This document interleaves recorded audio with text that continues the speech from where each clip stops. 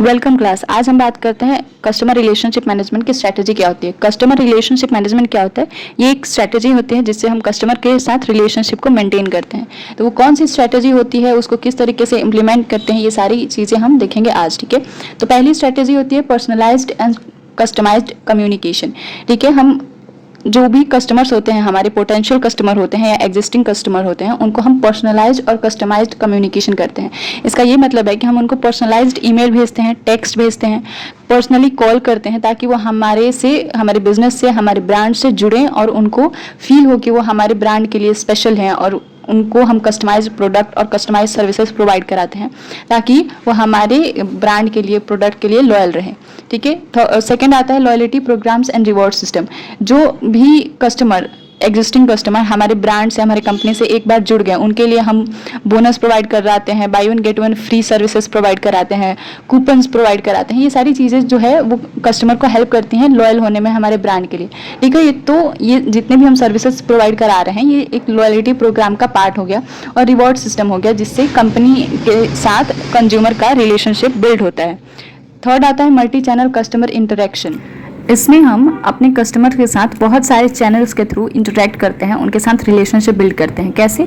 तो हम उनसे सोशल मीडिया हैंडल्स के थ्रू कांटेक्ट करते हैं, उनसे एडवर्टाइजमेंट के थ्रू अपने ब्रांड के बारे में इंफॉर्मेशन प्रोवाइड कराते हैं, पोस्टर्स के थ्रू, कूपन्स के थ्रू, वर्ड ऑफ माउथ के थ्रू। तो ये सारे जो है मल्टी चैनल हो गए, जिससे हम कंज्यूमर के साथ इंटरेक्ट कर सकते हैं, उनके साथ रिलेशनशिप बिल्ड करते हैं। ठीक है, फोर्थ आता है कि use of AI and automation for better customer insights. अभी के टाइम पे हम एआई का यूज मैक्सिमम देख रहे हैं, हर चीज़ में हम एआई का यूज देख रहे हैं। आप देखते होंगे कि आप किसी भी प्रोडक्ट के बारे में बात करते हैं तो आपके फ़ोन में, आपके सोशल मीडिया हैंडल्स पे वो प्रोडक्ट शो करने लगते हैं। आप कोई भी अमेजन या फ्लिपकार्ट का ऐप खोलते हैं तो उसमें वो रिकमेंडेशन में प्रोडक्ट शो करने लगते हैं। ये एआई का का एक फीचर है। ठीक है, जो आपके डाटा को लेके, आपके डाटा के अकॉर्डिंग आपको कस्टमाइज्ड प्रोडक्ट का रिकमेंडेशन प्रोवाइड कराता है। इसका बेस्ट एग्जांपल है नेटफ्लिक्स, अमेजन, स्पॉटिफाई पे आप जब भी गाना सुनते हैं तो आप जिस तरीके के गाना सुनते हैं उसी तरीके के गाने नेक्स्ट ऑटोमेटिक प्ले होने लगते हैं। ठीक है, तो ये सब एआई है, जिसकी वजह से हम कस्टमर को बहुत करीब से इंगेज कर सकते हैं और उनके साथ अपना रिलेशनशिप बिल्ड कर सकते हैं।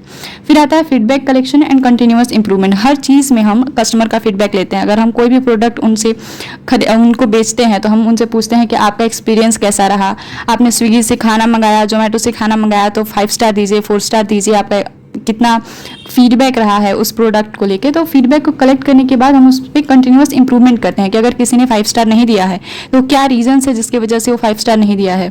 ठीक है, तो हम जितने भी डिस्प्यूट्स होते हैं, जितनी प्रॉब्लम्स आती हैं हमारे बिजनेस में, तो वो हम कंटिन्यूअस इंप्रूव करते हैं ताकि कस्टमर को बेटर सर्विसेज प्रोवाइड करा सकें।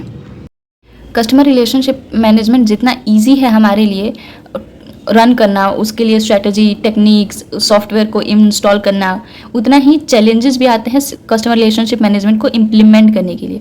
पहला चैलेंज आता है हाई इम्प्लीमेंटेशन कॉस्ट। ठीक है, अगर हमें कोई भी एडवर्टाइजमेंट चलाना है, हमें कस्टमर के डाटा को रिकॉर्ड करना है, पता करना है, तो उसके लिए इम्प्लीमेंटेशन कॉस्ट बहुत ज़्यादा आ जाता है। सीआरएम जो सॉफ्टवेयर होते हैं उनको इंस्टॉल करने में बहुत एक्सपेंसिव कॉस्ट आता है। सो ये एक बहुत बड़ा चैलेंज हो जाता है हमारे सीआरएम को, यानी कस्टमर रिलेशनशिप मैनेजमेंट को इम्प्लीमेंट करने के लिए।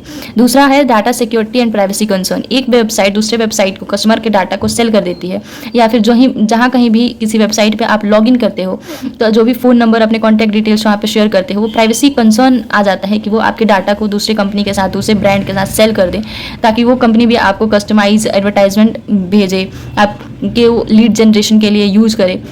सो ये एक सिक्योरिटी और प्राइवेसी कंसर्न को रेज करता है। थर्ड आता है employ resistance to technical adoption. ठीक है, नए नए टेक्नोलॉजीज आ रही हैं सर्विसेज प्रोवाइड करने के लिए कस्टमर को, बट जो ओल्ड कस्टमर्स हैं, जो कि लॉयल कस्टमर हैं या फिर ओल्ड एज कस्टमर हैं, वो नए टेक्नोलॉजी को अडॉप्ट करना नहीं चाहते हैं, क्योंकि उसमें बहुत सारी चीज़ें जो नई हैं उनको सीखना पड़ेगा, उनको उस बारे में जानना पड़ेगा। ये एक बहुत टाइम कंज्यूमिंग प्रोसेस हो जाता है और लोग इस चीज़ों में अपना टाइम और अपनी एनर्जी वेस्ट नहीं करना चाहते हैं और नई टेक्नोलॉजी को अडॉप्ट करने में वो हेजिटेट करते हैं। फोर्थ आता है integration issues with existing business process. ठीक है, जो भी हमारे एग्जिस्टिंग जितने भी प्रिंसिपल्स, जितने थियरीज और जितने टेक्निक्स जो हमारे बिजनेस में ऑलरेडी बनी हुई हैं कस्टमर रिलेशनशिप मैनेजमेंट को मेंटेन करने के लिए, उनको सॉल्व करना, उनमें डिफ्रेंशिएट देखना कि वो सारी जो स्ट्रैटेजीज़ हैं वो हमारे न्यू स्ट्रैटेजीज़ जो बनी हुई हैं उनसे कितना डिफरेंशिएट है, और वो इम्प्लीमेंट करने के बाद बीच में कितने का डिफरेंस आता है कि जो जितना हमने सोचा था लीड जनरेट करने के लिए, उतना वो स्ट्रेटेजी इम्प्लीमेंट करने के बाद लीड जनरेट हो रहा है कि नहीं हो रहा है। ये सारी चीज़ों को एग्जामिन करना, उनके बारे में पता करना, डिफरेंशिएट को फाइंड आउट करना, ये सारा एक चैलेंजेस हो जाता है कस्टमर रिलेशनशिप मैनेजमेंट को। ठीक है, सो आज के लिए इतना ही रखते हैं। Thank you.